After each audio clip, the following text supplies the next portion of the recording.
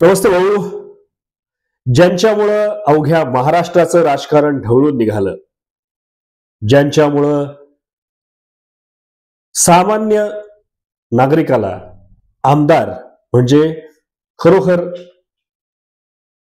सामान्यांचा आवाज उठवणारा व्यक्ती वाटू लागला, ज्यांनी विधानसभेत अतिशय तळतळीची भूमिका मांडली, ज्यांनी गुन्हेगारी क्षेत्रामध्ये आका हा नवीन शब्दप्रयोग आणला आणि ज्यांनी सामान्य माणसाच्या मनामध्ये एक प्रकारे मसीहा म्हणून स्थान मिळवलं, असे सुरेश अण्णा धस हे शेवटी धनंजय मुंडे यांना जाऊन भेटले. अजूनही धनंजय मुंडे यांना जाऊन मिळाले असं आम्ही म्हणत नाही.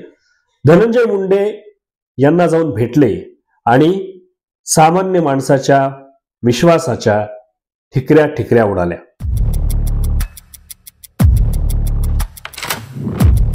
आणि अर्थातच राजकारण म्हणजे फक्त चिखलच नव्हे, तर त्या चिखलातली दलदल आहे हे परत एकदा सिद्ध होत आहे.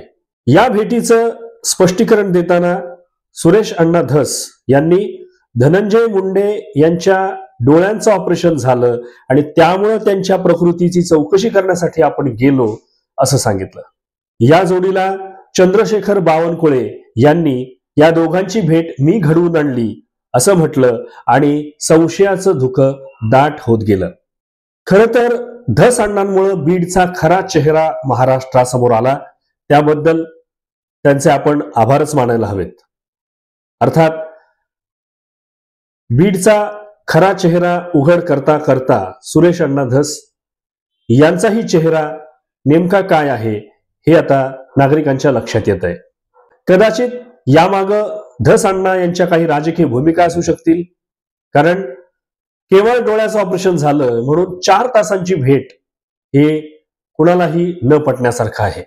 आता सुरेश अण्णा धस यांना जनतेच्या मनात आपली पारदर्शक भूमिका सिद्ध करायची असेल तर त्यांनी मुंडे आणि त्यांच्या भेटीमध्ये काय चर्चा झाली, कुठले विषय चर्चिले गेले याविषयी स्पष्ट आणि अर्थात खरं खरं सांगावं, तरच संतोष देशमुख यांच्या हत्याकांडात सहभागी असलेल्यांना शिक्षा मिळण्याची शक्यता किंवा धस अण्णा शेवटपर्यंत देशमुख कुटुंबियाबरोबर राहतील याची खात्री सामान्य नागरिकांना पटेल.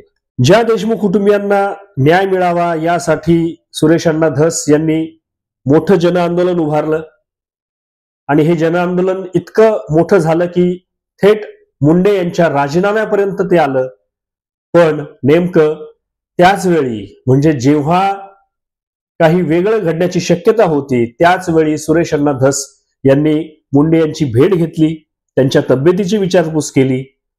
एकीकडे असं चालू असताना पुन्हा एकदा त्यांनी पोलिसांच्या भूमिकेबद्दल जे मत व्यक्त केलं, त्यामुळे जितेंद्र आव्हाड जे सुरुवातीपासून धस अण्णांच्या सोबतीनं लढा देत होते ते देखील नाराज झाले. त्याचबरोबर अंजली दमानिया, मनोज जरांगे पाटील हे देखील सुरेश धस यांच्या या भूमिकेमुळे प्रचंड संतापले आहेत. या सगळ्या घटनाक्रमामध्ये संतोष देशमुख यांच्या हत्येचा तपास भरकटवण्याचा प्रयत्न आहे का, आणि जर तसं असेल तर ती संतोष देशमुख यांची दुसऱ्यांदा होणारी क्रूर हत्या ठरेल. धस आणि मुंडे यांच्यात काय चर्चा झाली हे कालांतराने बाहेर येईलच, पण दरम्यानच्या काळात यानंतर किंवा यापुढे संतोष देशमुख यांना न्याय मिळण्यासाठी सुरेश अण्णा धस पूर्वीसारखाच आक्रमक पवित्रा घेतात का, पोलिसांना पाठपुरावा करतात का, हे जसं जसं कळेल तसं तसं मुंडे आणि धस यांच्या भेटीमागचं गणित सुटायला हळूहळू मदत होईल. यामध्ये सगळ्यात गंभीर बाब म्हणजे जर धस यांनी बंडाचा त्यांचा झेंडा खाली ठेवला आणि तो झेंडा जर कोणी परत उचलला नाही तर मात्र वर्चस्ववादाची ही लढाई क्रूरतेचा कळस गाठेल हे नक्की. सुरेश अण्णा धस यांनी सध्या जी भूमिका घेतलेली आहे त्यामुळं यानंतर पोलीस खातंही या हत्याकांडाची चौकशी तपास किती गांभीर्यानं करेल यावरच संतोष देशमुख यांना न्याय मिळेल का नाही हे ठरणार आहे. एक दर्शक म्हणून, नागरिक म्हणून सुरेश अण्णा धस यांची पूर्वीची भूमिका योग्य होती का त्यांनी आत्ता जे पाऊल उचललेलं आहे ते योग्य आहे, याविषयी आपण आपल्या कमेंट बॉक्समध्ये जरूर लिहू शकता. नगरी नगरी युट्यूब चॅनल आपल्या प्रतिक्रियांची वाट पाहत आहे. चॅनल सबस्क्राईब केलं नसेल तर सबस्क्राईब जरूर करा आणि परत भेटा नगरी नगरी युट्यूब चॅनल. नगरी नगरी युट्यूब चॅनल शेअर करा, सबस्क्राईब करा, डोकं खाजवा, घंटी वाजवा, लाईक करा, पुढे पाठवा, कधी भी बघा आपल्या हक्काचं चॅनल नगरी नगरी युट्यूब चॅनल. पांढऱ्याचे पांढरे, काळ्याचे काळे करत राहणार किरण ढाळे.